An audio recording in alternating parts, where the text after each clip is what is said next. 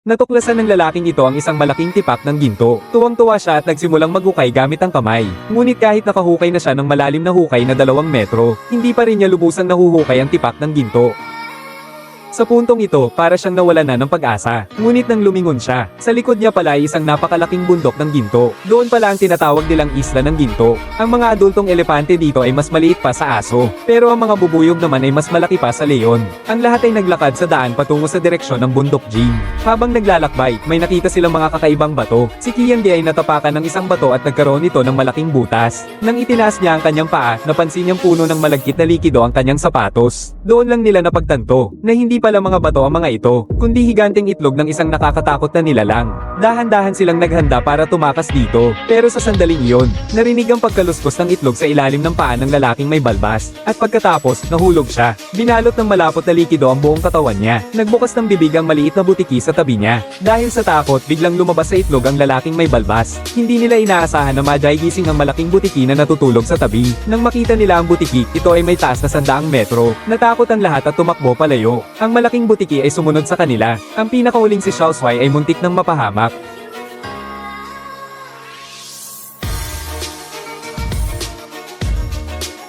Pagkatapos, napasok ang lahat sa isang kinalalagyan. Dali-daling kinuha ni Kuya Qiang ang signal flare para takutin ito, ngunit hindi niya inaasahan na kakainin ito ng butiki. Masyadong mapanganib yan. Si Kuya Qiang, magaling at matapang.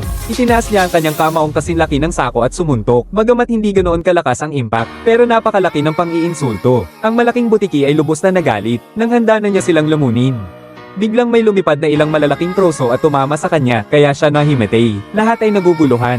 Lumabas na pala ang matagal nang nawawalang lolo ni Xiao Shuai. Sa paggabay ng lolo, natuklasan ng lahat ang isang kahangahangang malaking palasyo. Dito pala ang maalamat na lungsod ng Atlantes. Ngunit biglang napansin ni Qiange na nagsisimula ng pumasok ang tubig sa sahig ng palasyo. Agad niyang kinwenta na lulubog ang buong isla pagkalipas ng 3 araw. At ang tanging paraan para makatakas ay ang hanapin ng mahiwagang sasakyang panghimpapawid na sinasabing narito. At ayon sa gabay sa libro, ang kinaroroonan ng sasakyan ay sa kabilang dulo ng isla. Ibig sabihin, kailangan nilang tawirin ang buong isla. Habang naglalakbay ang grupo, biglang umulan ng malalaking piraso ng gintong niebe. Lumabas na isang bulkan ng ginto ang sumasabog.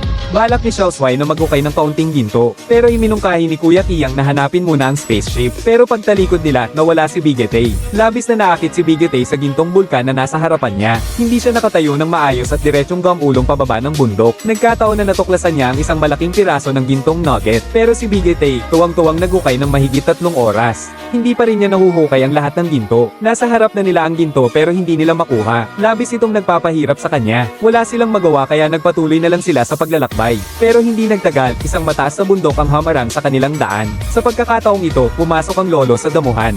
At sa sumunod na segundo, nakita nilang lumilipad na siya, nakasakay sa isang malaking bubuyog. Ito ang magiging pinakamabilis nilang paraan para malagpasan ang bundok. Ang lolo, ang astig, pinalabas na parang Harley ang pagkakasakay sa bubuyog. Pagkatapos, lahat sila ay sumakay sa malalaking bubuyog. Mabilis nilang nalagpasan ng mataas na bundok, pero sa sandaling iyon, may nangyaring hindi inaasahan. Isang malaking talsik ng sariwang dumi ng ibon ang biglang tumama sa katawan ng may malaking balbas. Agad namang nakarinig sina Bata at ang isa pa ng isang nakakatakot na huni ng ibon. Ibon.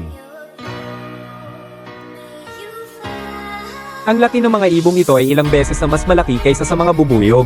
Sila ay humahabol ng husto para makakain ng masarap na bubuyog. Sa pagkakataong ito, nakaisip ng magandang plano si Qiange at ang matandang lalaki. Sila ay sumakay sa mga bubuyog at naghiwalay para iliga ang mga ibon. Pagkatapos nilang umikot ng malaki, muli silang sumakay sa mga bubuyog at nagbanggaan. Maghintay pa. Ngayon na.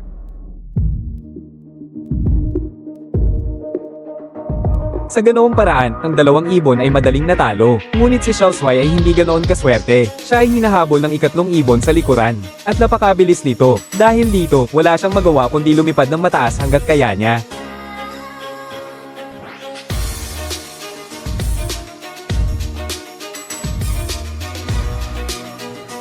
Ngunit hindi pa rin kayang talunin ng bilis ng bubuyog ang bilis ng ibon. Isang bangga mula sa ibon. Si Xiaomi ay direktang nahulog mula sa mataas na lugar. Buti na lang sa kritikal na sandali na iligtas siya ni Xiao Shuai. Matapos niyang ibaba si Xiaomi, mag-isa niyang inilayo ang ibon. Habang tumatakbo si Xiao Shuai, bigla niyang napansin ang ilang higanteng sapot ng gagamba sa harapan. Pagkatapos, nagkaroon siya ng ideya. Mabilis siyang lumipad sakay ng bubuyog sa gitna ng mga sapot.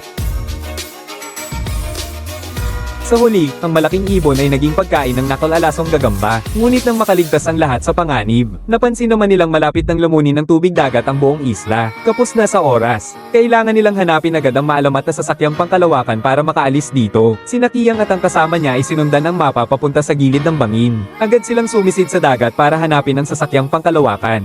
Pero hindi sinasadya ay nakasalamuhan nila ang isang grupo ng nagugutom na peteng. Pero huwag kayong matakot, dahil ang mga peteng sa islang ito ay kasinlaki lang ng butete. Lumangoy sila sa gitna ng maraming dikiya, at isang malaking sasakyang pangkalawakan nga ang lumitaw sa kanilang harapan. Pero nang bubuksan na sana nila ang pinto ng spaceship, isang nakakatakot na nilalang ang biglang lumitaw. Isang daan-daang metro habang electric eel ang mabilis na papalapit sa kanila. Kapwa sila nataranta at nagmadali. Halos nakaiwas sila sa unang pag-atake ng electric eel. Pagkatapos, binilisan nila ang pagbukas ng pinto. Ngunit isang magandang pag-ikot ng buntot ang ginawa ng electric eel, at bumalik ito para sa isa pang atake. Sa kritikal na sandali, pabalang nilang pinaikot ang mga balbula. Pagkatapos ay buong lakas na itinaas. Sa wakas ay nabuksan ng mabigat na pinto ang bakal. Si Xiao Shuai ay agad na pumasok sa loob ng kubyerta. Nakita niyang malapit na ang electric eel.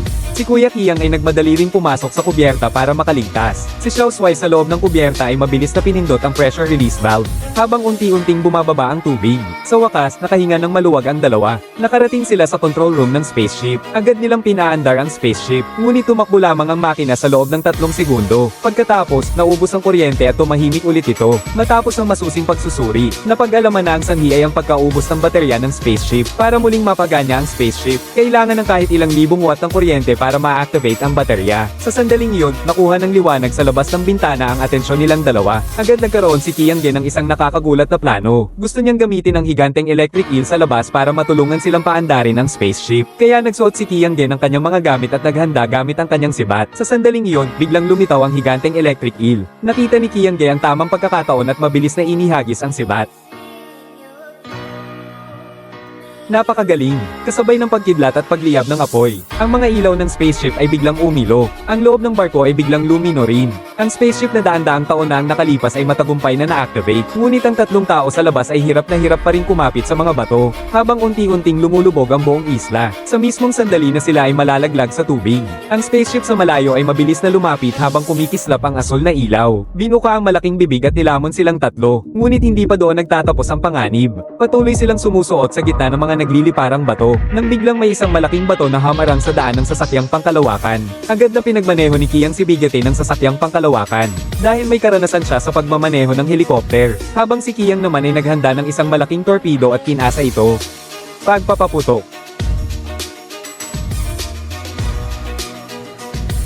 Sa mismong gitna ng panganib, eksaktong tinamaan ang bato. Ang lahat ay matagumpay na nakatakas, muli nilang naiwasan ang peligro. Ang kanilang paglalakbay sa gitna ng mundo ay naging ganap na matagumpay.